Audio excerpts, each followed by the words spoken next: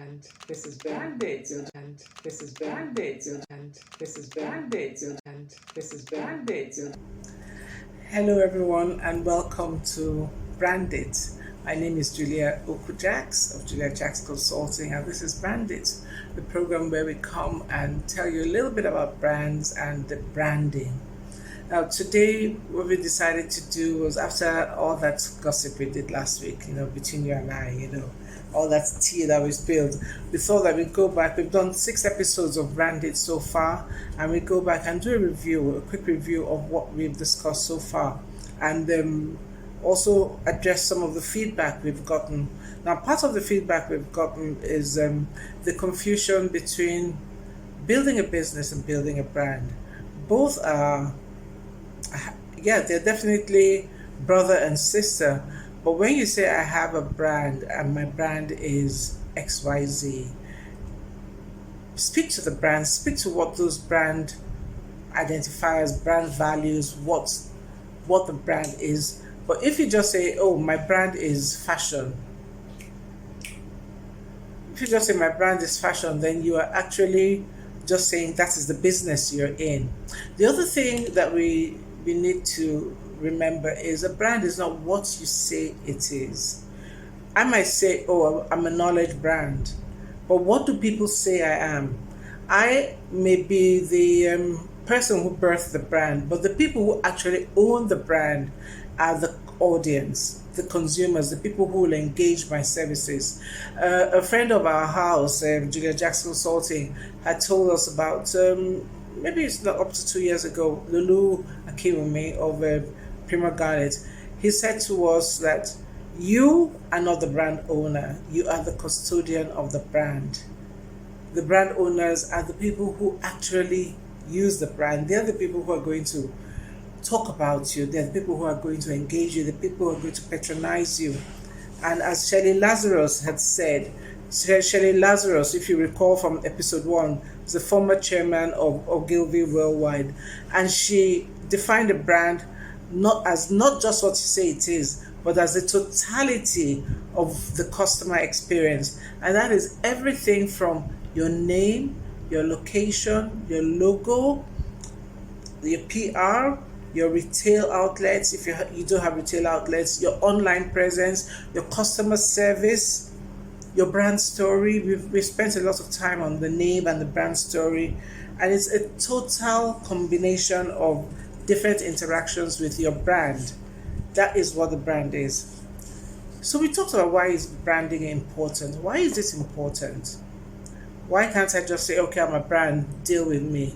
It's because now more than ever, there are so many options of brands, So branding is a process that helps you create a distinct identity. It helps you become noticeable. It helps you become an entity, identifiable entity, So it gives the solution that you provide, because all businesses provide solutions or should provide solutions. It gives you the solutions, it gives your solutions shape and form, and helps you stand out from competition. There will always be competition. Whatever we say, there'll always be competition in life, because even if you started the first riderless, driverless car, somebody else is going to come and do it. Uber started, and then, look at what followed. We have a whole slew, Airbnb, we have a whole slew of everything that started. So someone stands for something new. How do you stand out? How do you imprint yourself here in people's minds?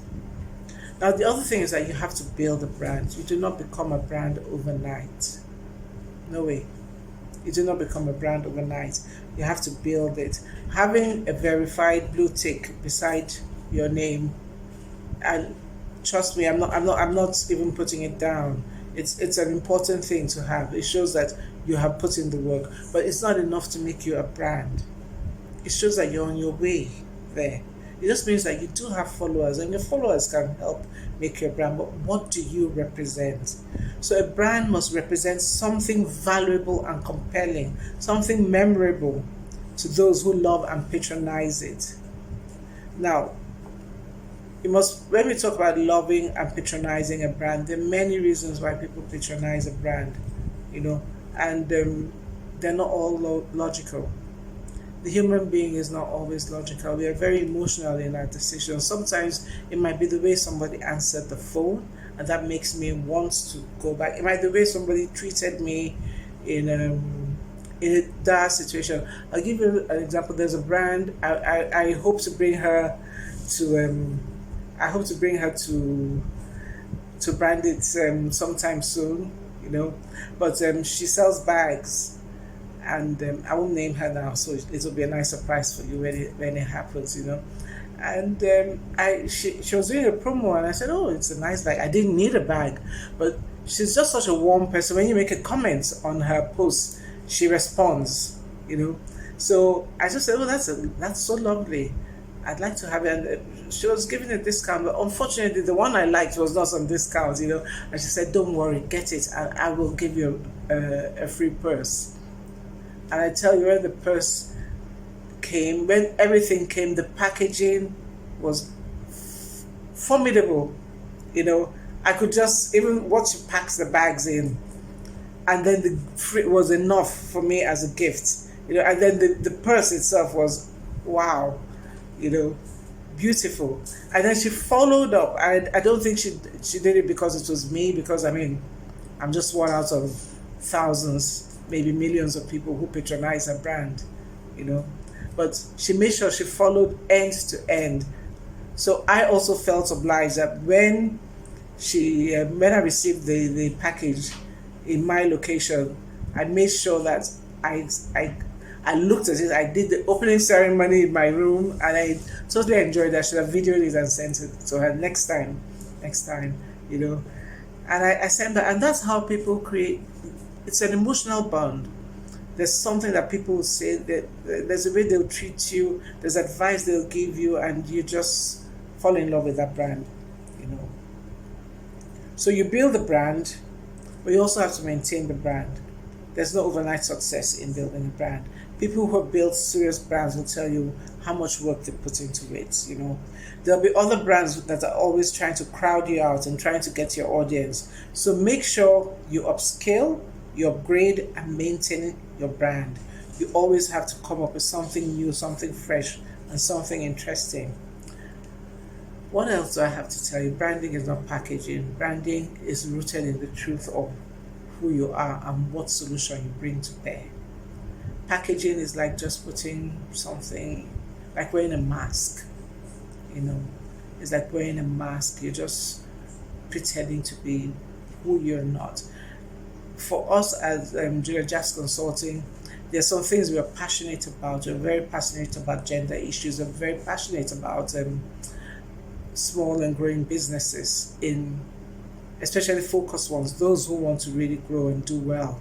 We're very passionate about them. So we go all out, and we are passionate about the owner. So whatever we create is for this particular audience, you know. It's for this particular audience. So be very clear that there are different creators of brands. They're global brands. Those ones have spent years, decades, sometimes centuries building that brand, building the products, upscaling, making sure that it's always fresh. So if you talk about Louis Vuitton, you talk about YSL, Chanel, those are brands that people know. They have invested a lot of money in advertising, in PR, in activation.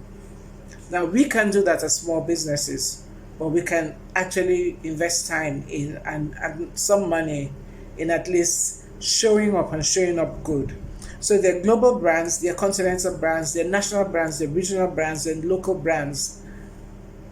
Always know that wherever you play well, play to win, whichever it is. You know, then know who you are, know what you stand for, know what your values are, know what your principles are, know what you are as a brand personality. One of my colleagues asked me the other day, said, what's our a corporate code on dressing? I said, yeah, we do casual, corporate. We don't do sexy. I'm sure she'll listen to this and laugh, because we had a good laugh when we had that conversation. But these are important things that you need to know. And when people contact us, we try to get back to them immediately. When people make a comment, we don't just send an emoji back, we try to engage with them. So you have to know your audience as well, and you know their pleasure and their pain points, so that you know what problem you want to solve, so that you can actually provide a solution that works for them, not the one that works in your own mind, but that works for them. So far, that's what we've covered. We've covered the name, we've covered the brand story, we've covered why you need to have a brand. And next week, we're going to start looking at logos, other things about brand identifiers, slogans, and we'll start bringing in people to come and talk to us about their brands. It may be you, we don't know, but it might be. And if we come knocking on your door, please say yes to us. And in the meantime, keep building brilliant brands. We'll see you next week. Bye bye.